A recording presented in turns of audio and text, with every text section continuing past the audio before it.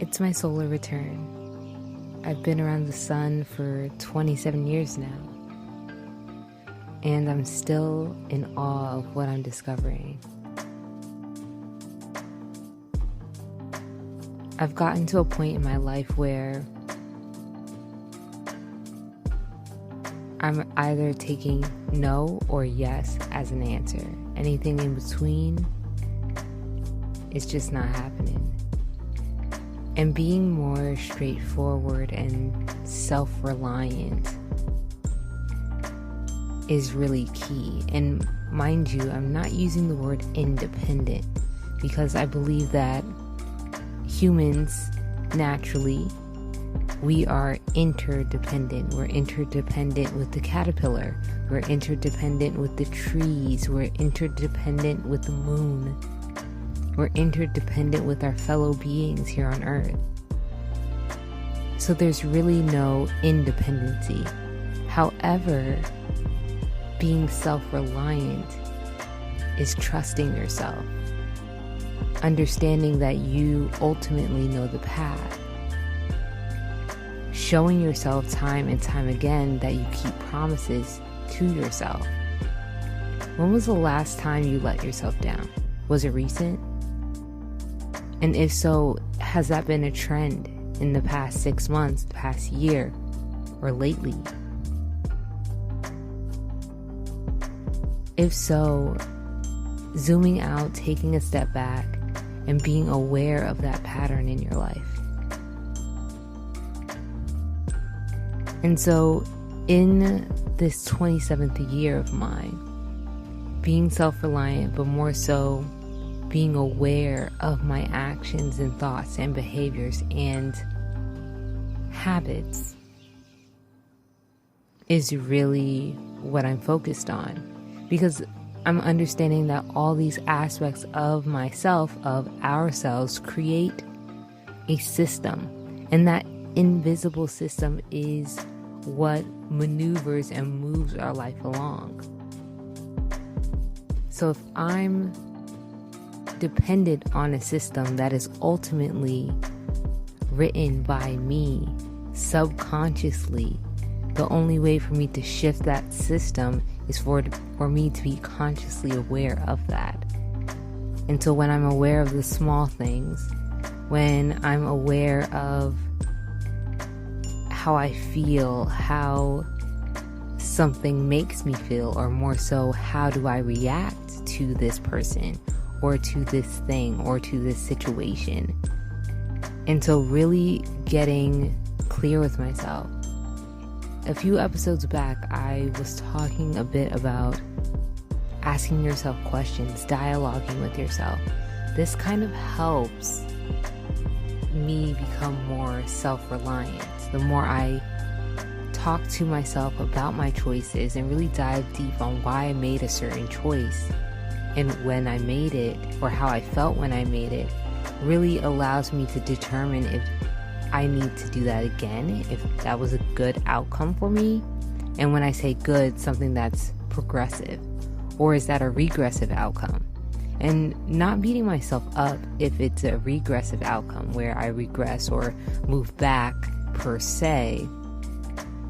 Either way, I'm still launching myself into a new aspect of myself simply because I'm aware. And so this is finally a concept that has clicked in my brain in a way where I'm now actively applying it to my daily life, no matter how small the scenario or situation.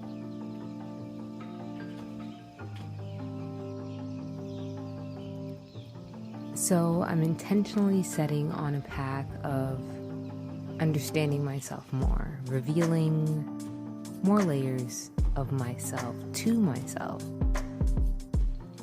And so one of the ways that I'm intentionally adding this or incorporating it into my life is having new experiences and trying new things, wearing different things, things that may shift me out of my comfort zone, not too much, but just enough, and new experiences that really either stretch myself or expand my consciousness, which most experiences do both. So whether that be traveling more, submersing myself in a new culture, or moving across the country like I'm about to do in a few months. More on that later. But also even putting myself in different groups of people, really understanding someone else's idea, thought process, or mindset, and how I react or view or perceive those type of interactions. And so in a few months, I've come to make the decision that I'm going to be incorporating or adding a new hobby into my life. Still determining what exactly the hobby will be, but pottery is something that's really calling me to explore and dive into and really make some vases for me and cups and bowls or whatever the case may be, and just really learning how to manipulate matter. There may be something that I could be able to bridge in the manifestation concept while manipulating physical matter like clay.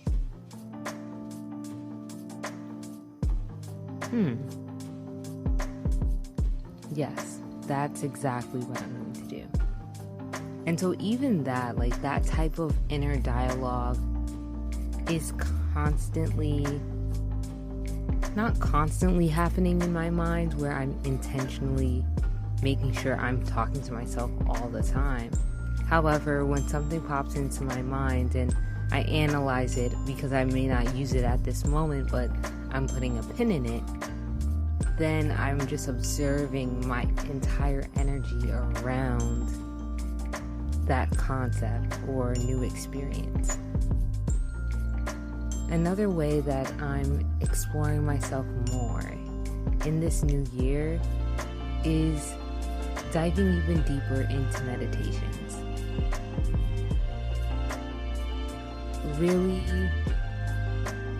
not only setting aside the time, but being more clear in my spirit, being more intentional about why I'm sitting down every single day. But not simultaneously in a way of, oh, I need to gain something from this activity. Having still a level of detachment with the practice, but a level of attachment with my intention on how I would like to use the practice. And simply, I use meditation to hear myself. That's it. To hear myself. Hear my thoughts, hear my emotions, hear my opinions. Just hearing myself. And so I'm really excited for this new year of mine that I'm stepping into, because it feels like a new reality, a new version of myself. And as I continue to reinvent myself year after year, deepening the conviction of my life's purpose, which honestly, I feel like creating these podcasts is becoming more and more my life's purpose. Not only does it help edify myself, edify the journey, the spiritual journey I'm having on this earth, but also allows me to connect with other human beings like yourself, who's on a similar path, maybe different places, but still an ever-connecting interconnectedness that is invisible, but it holds us all together. And come to think about it, the paths are different, but actually the destination is the same. just individualized. And that's back to our truest nature, our divinity, our inner selves.